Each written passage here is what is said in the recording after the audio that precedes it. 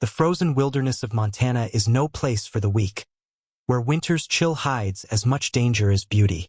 Life and death teeter on a razor's edge. A lone bobcat cub, alone and starving, too young to fend for himself, steps into a world far crueler than he ever imagined.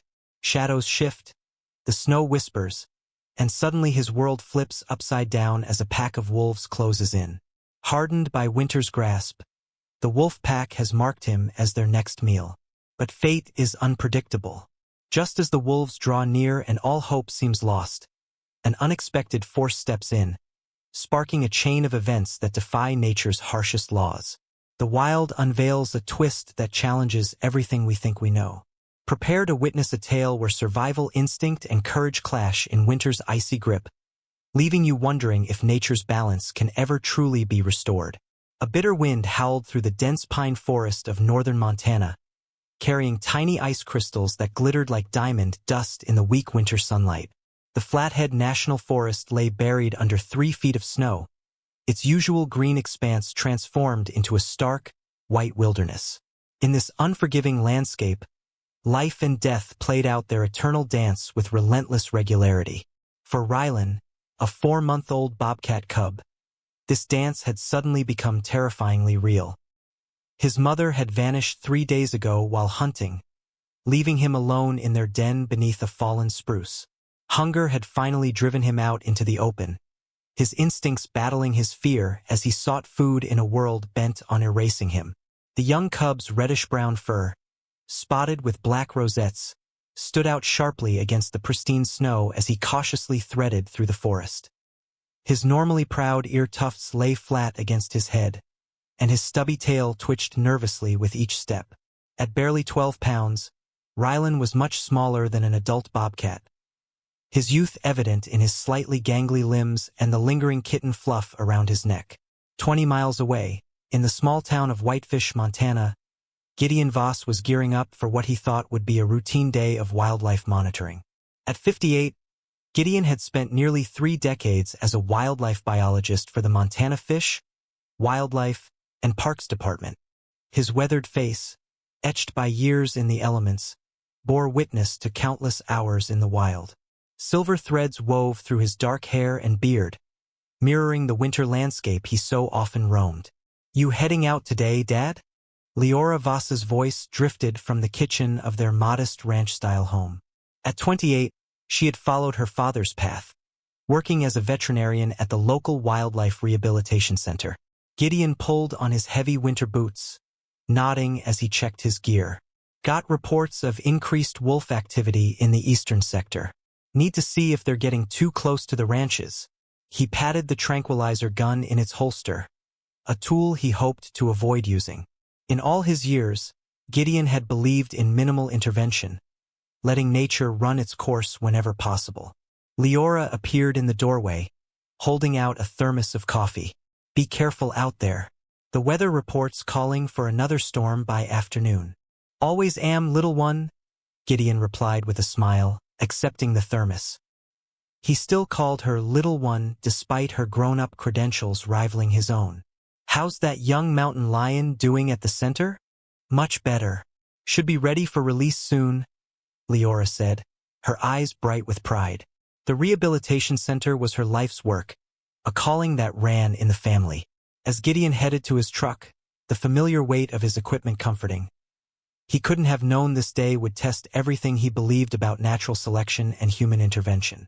The morning sun cast long shadows across the snow as he drove his Ford F-150 along the Forest Service road, its snow chains crunching rhythmically against the packed ice. Meanwhile, Rylan had wandered farther from his den than ever before. The hunger gnawing at his belly had become unbearable, pushing him to take desperate risks. His mother had started teaching him to hunt before she disappeared, but those lessons were barely a foundation for surviving alone. The young bobcat's sharp ears caught the sound of small claws scratching against bark, perhaps a red squirrel or a pine marten. Instinct took over, and he dropped into a crouch, his spotted coat blending with the forest shadows. But as he prepared to stalk his potential prey, a different sound froze him in place.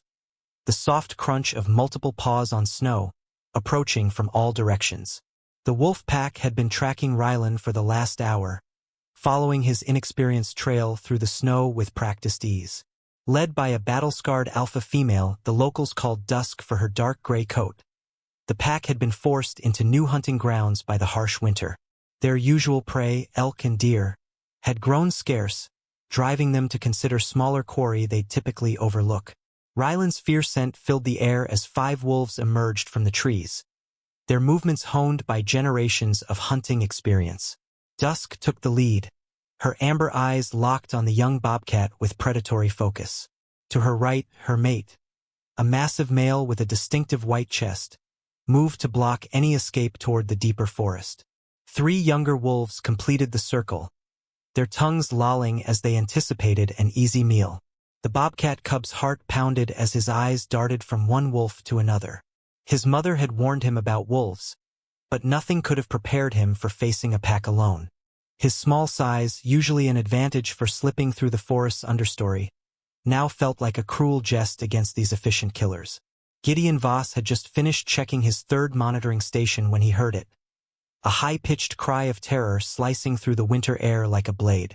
28 years in the field had taught him to recognize the calls of every predator and prey species in the region, but this sound carried a desperate youth that gripped his chest. Without thinking, he moved through the forest, his snowshoes gliding over the deep drifts with practiced ease, tranquilizer gun in hand, though he knew using it would be a last resort. Human meddling in predator-prey dynamics was frowned upon, but that cry stirred something deeper than protocol. The scene that greeted him as he crested a small rise stole his breath. The wolf pack had cornered a young bobcat cub against a granite outcropping, the small feline's fur bristling as it tried to appear larger.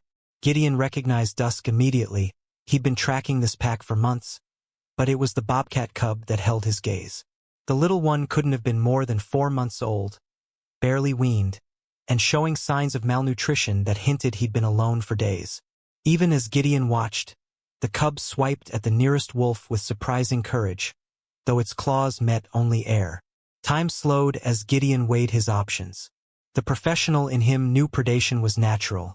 The wolves needed to eat, and nature could be ruthless in its efficiency. But as he watched the young bobcat fight against impossible odds with such resolve, he thought of all the animals Leora had nursed back to health, of how a small act could lead to something extraordinary.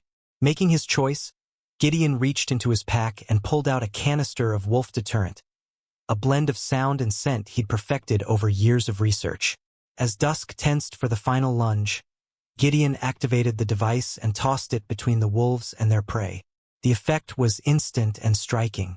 The canister emitted a high-pitched frequency wolves found unbearable, paired with a scent mimicking their most feared rivals. Dusk's ears flattened, and she stepped back, her pack following suit.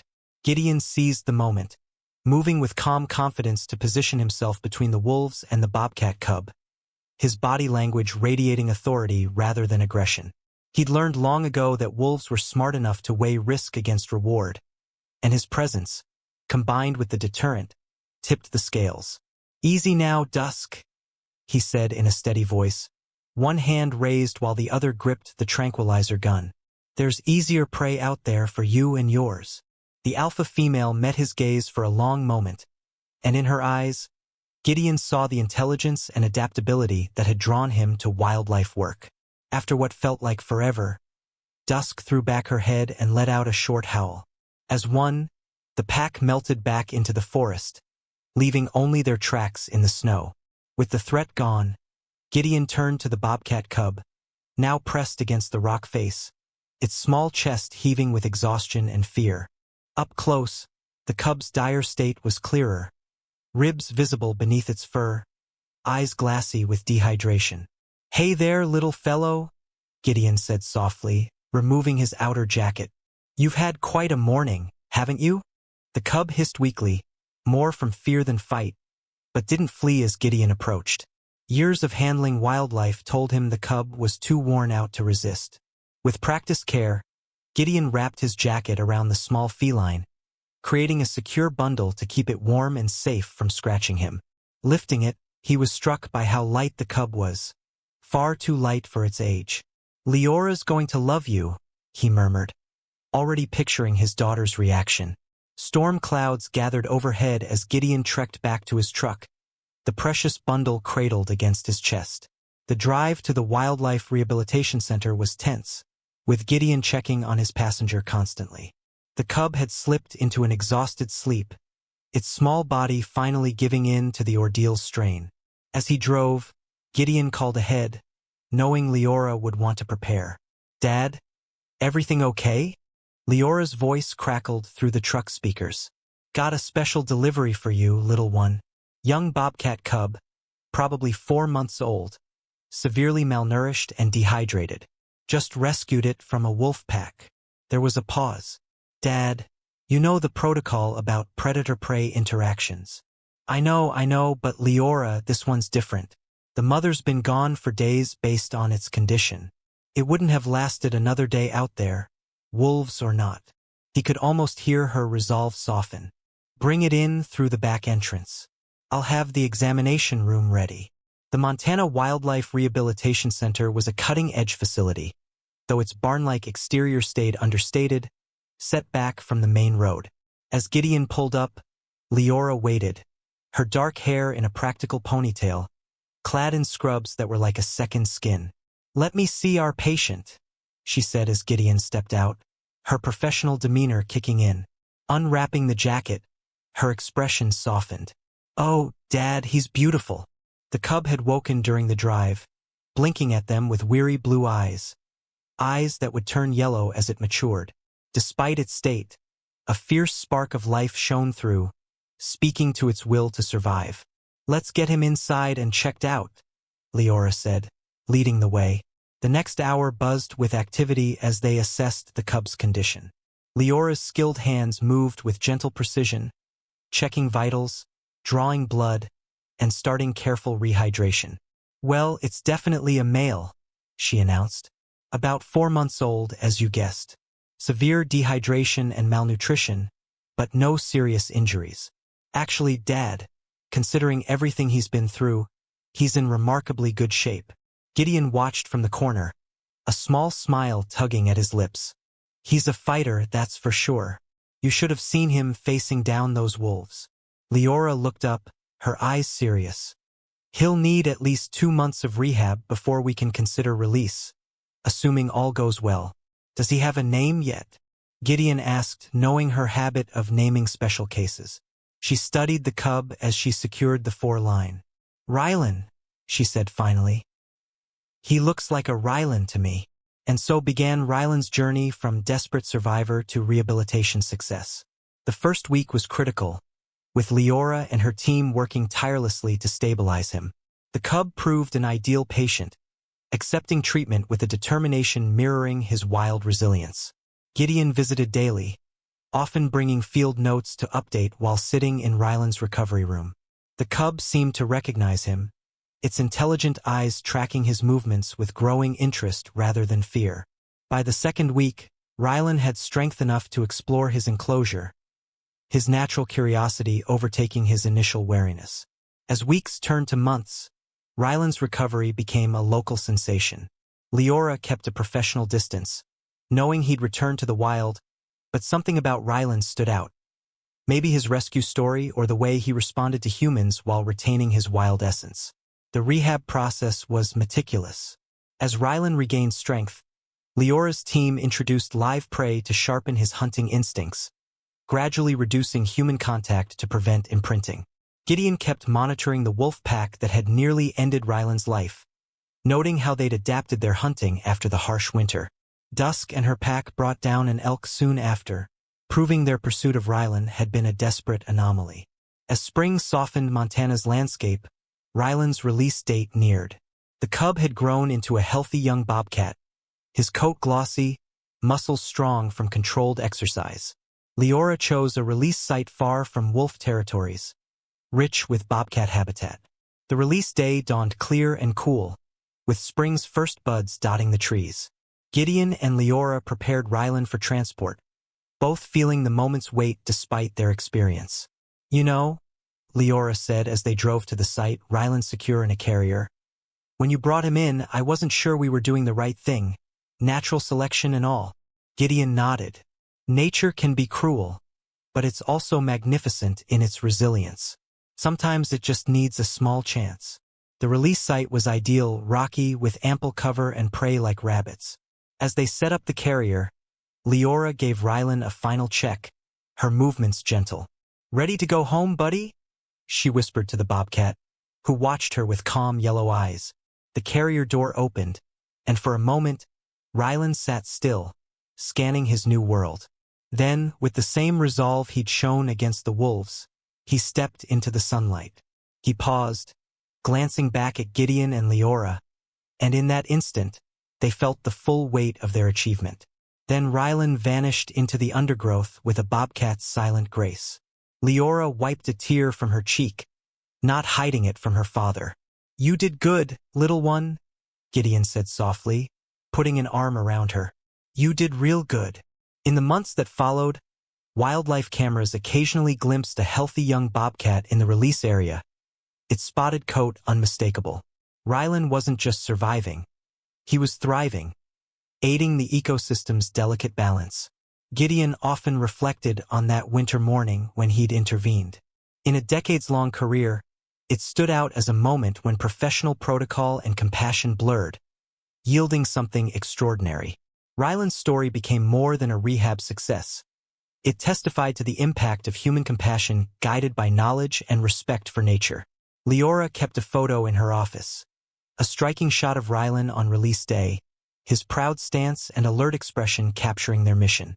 It drew visitors' eyes, sparking talks about conservation. A year later, during a wildlife survey, Gideon found something remarkable. A bobcat den in a protected hollow. Approaching silently, he spotted a familiar form, Rylan, now mature, watching over two small cubs.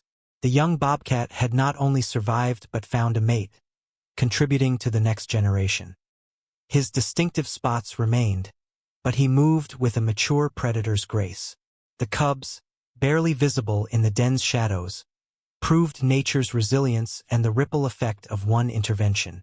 That evening, sharing the discovery with Leora over dinner, their talk turned to their work's broader impact. The rehab center had grown, taking in more animals and training staff in balancing assistance with natural processes. "You know what I think about sometimes?" Leora said, leaning forward. "That morning with the wolves, if you hadn't been there, if you hadn't made that split-second call." Gideon nodded. "One small action can ripple out in ways we never expect." Rylan's not just one rescued bobcat. He's part of the ecosystem's recovery story. Rylan's success had far-reaching effects. Leora's detailed case documentation became a resource for other rehab centers handling orphaned predators, refining protocols and boosting survival rates. Her community presentation on Rylan's case bridged gaps between ranchers and conservationists, showing the value of balanced predator populations.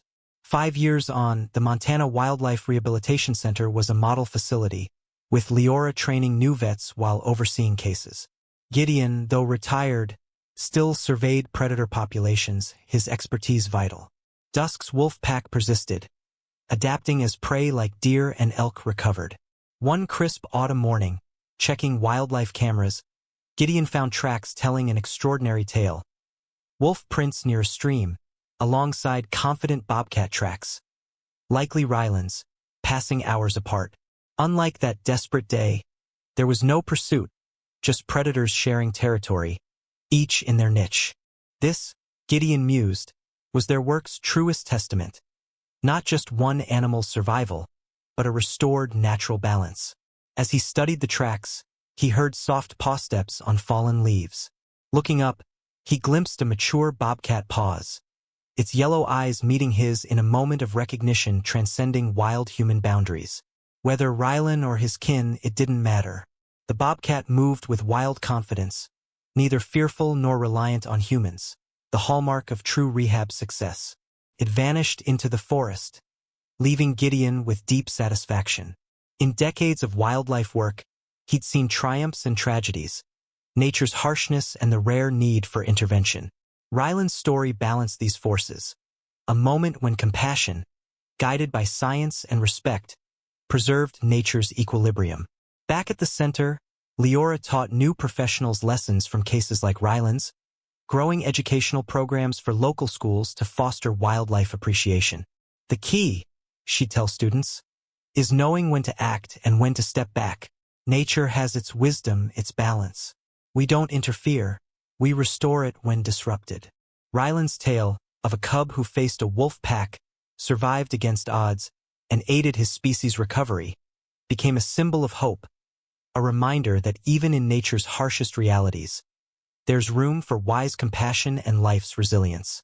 As years passed, other animals came through the center, each with their survival story, but Ryland's remained special, a testament to one intervention's lasting impact. Leora's photo still sparked conservation talks, and in Montana's forests, Ryland's legacy lived on through his offspring, vital to the ecosystem's ongoing tale of survival, adaptation, and renewal. Gideon and Leora's work, entwined with Ryland's, joined America's wildlife conservation narrative, proving every life saved bolstered the natural heritage they strove to protect.